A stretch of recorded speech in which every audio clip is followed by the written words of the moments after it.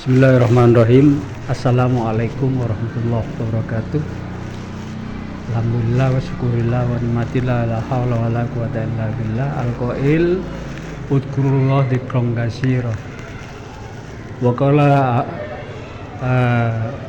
aidan wabtagi ilaihi wasilah. Amma ba'du, alhamdulillah perlu disampaikan bahwasanya Institut Agama Islam Al-Qadiri yang insya Allah dalam waktu dekat sudah akan berubah alih atau berubah bentuk menjadi Unikam. Mudah-mudahan diberi kelancaran.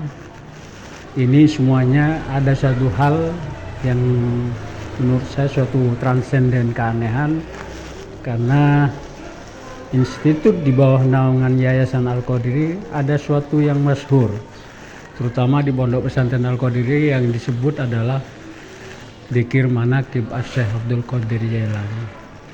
Dzikir Manaqib Syekh Abdul Qadir Jailani ini berasal dari bahasa Arab, dari nakoba, nakobu, nakban, jamak dari manaqibu, yang artinya adalah membicarakan sejarah atau biografi tentang kehidupan Syekh Abdul Qadir waktu beliau dalam menjalankan spiritual.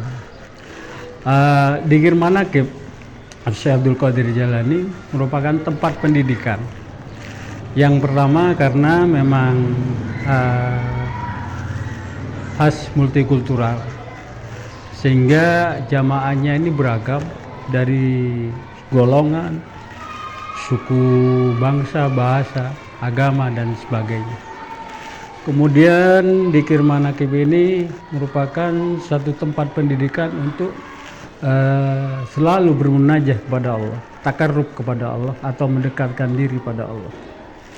Karena dalam Dzikir Manaqib ini nanti bagaimana seseorang itu diajarkan kecintaan beliau kepada Allah. Kalau dalam istilah pesantren itu mendekati melalui tasawuf atau sufi. Selain itu mereka diajarkan untuk mendekatkan diri kepada Rasulullah SAW sebagai role model dalam agama Islam. Kemudian Dzikir Manaqib ini sebagai tempat pendidikan untuk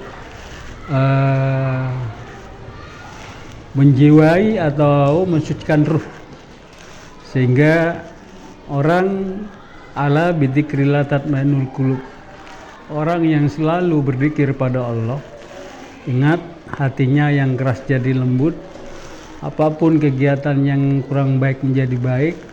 Intinya orang yang selalu mendekatkan pada Allah, segala sesuatunya pasrah pada Allah atau tawakal pada Allah, segala sesuatunya dimudahkan. Kemudian Dzikir Manaqib ini merupakan suatu tempat pendidikan di mana di sini turunnya rahmat, sehingga tidak sedikit persoalan-persoalan orang jamaah yang hadir ya, dari berbagai daerah, kota, negara. Karena Dzikir Manaqib ini masyhur baik dalam negeri ataupun di luar negeri. Ini sebagai bentuk kekuatan dari kepemimpinan sosok Kiai Haji Ahmad Muzaki yang menyebarkan manaqib, khususnya Syekh Abdul Qadir Jailani. Jadi tidak sedikit orang yang mendapat rahmat karena mengikuti kegiatan-kegiatan yang istiqomah di Pondok Pesantren Al-Qadiri ini tiap Jumat Manis. Itu khusus untuk seluruh umum dari berbagai wilayah. Ada kegiatan Jumat biasa untuk wilayah-wilayah tertentu, misalnya wilayah Jember, Lumajang, Banyuwangi. Sehingga Allah menyatakan dalam firman-Nya, walau ahli qura amanu wattaqau lafatahna barakatuh minas sama wal ardh. Jadi walau ahli qura, seandainya tiap desa itu ahli qura amanu, semuanya beriman kepada Allah, amanu wattaqau, dan takwa, latafahna, Allah akan membuntak pintu rahmat, tatah barakatuh minas sama wal ardh, pintu rahmat dari langit dan bumi, sehingga apapun yang menjadi persoalan-persoalan terkait budaya, sosial, ekonomi, dan sebagainya bisa teratasi.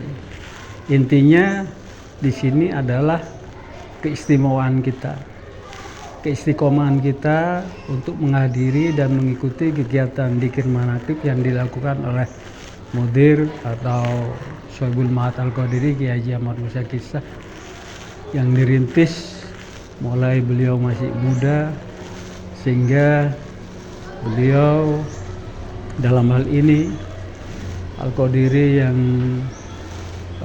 jumlahnya lebarnya kurang lebih 29 hektar ini untuk diperjuangkan untuk Islam, sehingga Kiai dalam hal ini pondok pesantren atau Institut Agama Islam Al-Qadiri tidak masyhur dalam bidang tasawuf, lebih kepada dzikir manaqib, tapi lebih juga